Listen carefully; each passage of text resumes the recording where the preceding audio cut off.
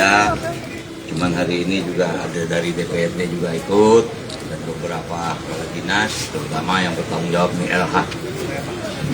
Ini adalah kunjungan saya pertama ke sini, tapi tim transisi juga sudah ke sini, jadi kita tahu permasalahannya apa. Kita masih banyak mendengar keluhan masyarakat tentang bau misalnya, dan itu pun langsung saya tanya kepada Pak Kadis.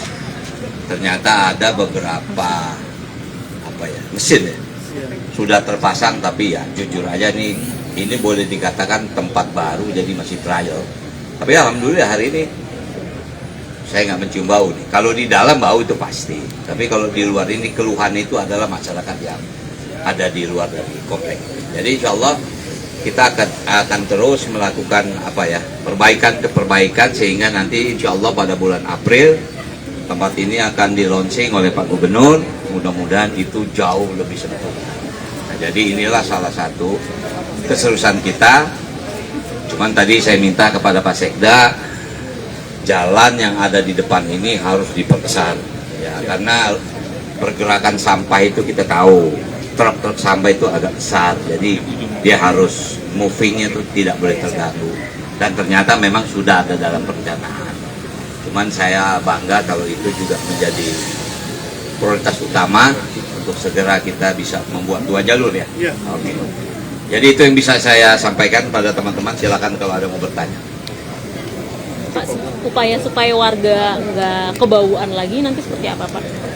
Kalau sampah tidak bau memang logikanya nggak mungkin, pasti ada bau. Cuman kalau saya, maaf ya, inilah mungkin kita dididik kalau sampah pasti bau. Sebetulnya bau itu ada di benak kita.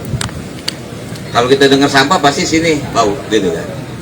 Saya minta maaf, saya di perumahan saya penggerak pelatihan sampah. Kita punya Karinda namanya, di situ ada pelatihan buat pembuatan kompos. Itu skala yang kecil lah. Nah ini kan salah satu usaha tadi dijelaskan, sampah di Jakarta ini per hari hampir 8.000 ton per hari. Tempat ini mungkin hanya berapa? 3.000 ya? 2.500. Sisanya di mana? Ternyata di Bandar Gebang juga ada, tapi kapasitas kecil, baru 1.000 kan? Nah makanya tentu semua sistem harus kita kreasikan. Kemarin saya sudah sampaikan kalau memang ingin bikin RDF lagi, kita harus pecah di beberapa wilayah. Misalnya di Jakarta Barat kita bikin, karena kapasitas tampung nggak bisa lebih dari 2.500 ton per hari. Nah jadi kalau memang sampah Jakarta 8.000, minimal kita harus punya 3. Itulah salah satu usaha. Tapi tentang bau tentu nggak bisa dijamin, karena bau juga tergantung daripada angin kan. Tapi kalau kita tidak melakukan ini, nggak akan pernah selesai sampah di Jakarta. Pak, tapi solusi konkretnya mungkin seperti apa? Karena kan warga nggak bisa diminta untuk maklumi bau sampah gitu. Betul, Pak. Mungkin kemarin, ada dinding pembatas kah atau seperti apa? Kemarin menurut tadi yang saya lihat presentasi, warga sudah diundang, sudah datang, sudah dijelaskan, dan mudah-mudahan warga akan paham. Mudah-mudahan. Inilah salah satu cara usaha Jakarta menyelesaikan problem utama, yaitu sampah, yang kedua banjir, ketiga adalah kemiskinan kota. Nah, jadi artinya ya memang kita nggak boleh capek sosialisasi, nggak boleh kita berhenti bersosialisasi. Itu tugas pemerintah daerah, itulah tugasnya. Silakan yang lain. Saya ada 2 pertanyaan. Alasan baunya itu kenapa, kalau misalnya ada alat yang belum berfungsi itu alat seperti apa? Terus yang kedua, apa ada kompensasi seperti di Bantar Gebang? Kan kalau di Bantar Gebang ada uang bau gitu, apa di sini juga? Oke, silakan mungkin Pak Kadis karena ini teknik. Apa alat namanya itu? Kalau di sini memang ada alat namanya deodorizer. Di sini memang kemarin itu kenapa bau? Karena memang alat deodorizer kami belum berfungsi secara sempurna. Lalu belum ada cairan, kita belum nambah cairan penghilang bau. Itu, dan WWTP kita juga kemarin bakterinya juga belum tumbuh. Dan ada lagi pengisian dari karbon aktifnya juga kita waktu itu masih dalam proses. Nah sekarang ini semua sedang disempurnakan, termasuk juga terhadap cerobongnya.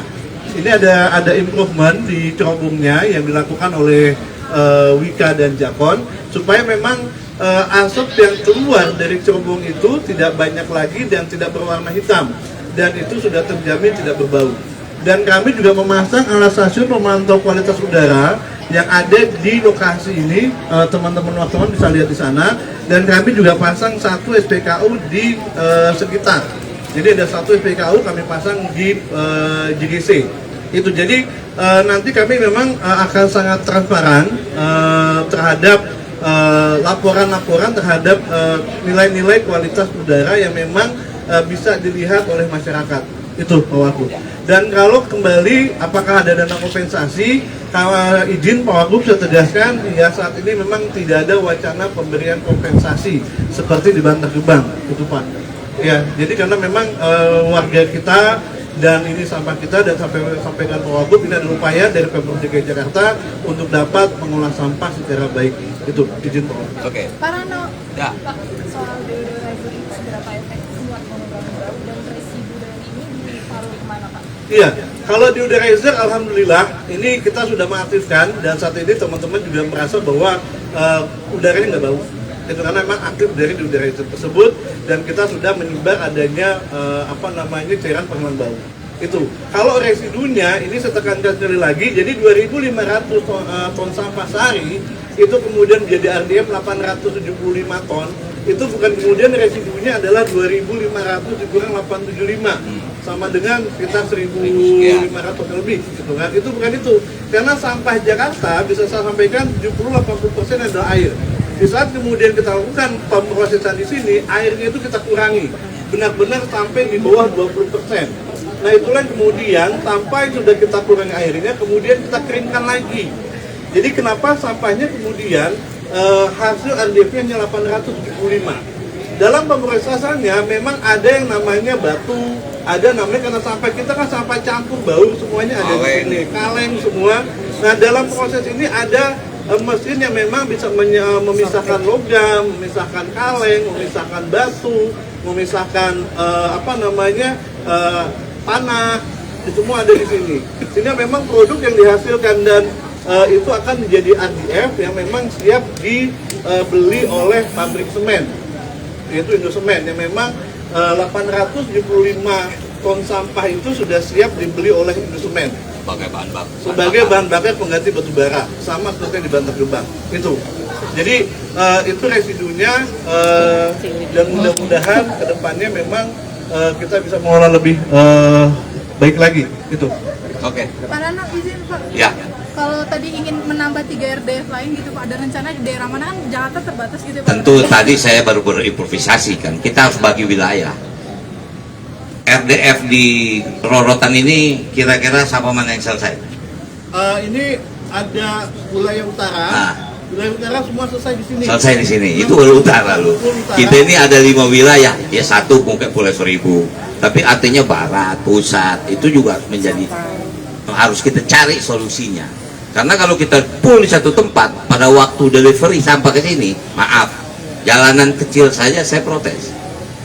Gimana nanti kita mau bawa sampah dari tempat luar ke sini? Jadi lebih bagus memang kita membuat RDF di tempat-tempat yang ada di wilayah itu. Oke, saya pikir itu saja.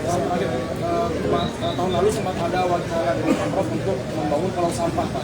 Ada wacana itu. Bagaimana dengan di daerah Paranaque? Tadi baru dipaparkan, sedang dibuka lagi wacana itu. Jangan salah, Singapura tuh mempunyai salah satu keberhasilannya adalah membangun pulau sampah, dan itu mereka bangun dari tahun 99. Itu cukup saya pelajari waktu saya jadi gubernur Banten, karena Banten juga masuk ke dalam strategis nasional untuk persampahan ini. Nah jadi semua potensi, semua harus kita coba, kalau nggak kelar-kelar kita masalah sampah kita ini. Oke ya, terima kasih teman-teman. Assalamualaikum warahmatullahi wabarakatuh. Pak Wagub, hayas wartawan ditambah dong. Hayas wartawan. Kami HS mobil HS.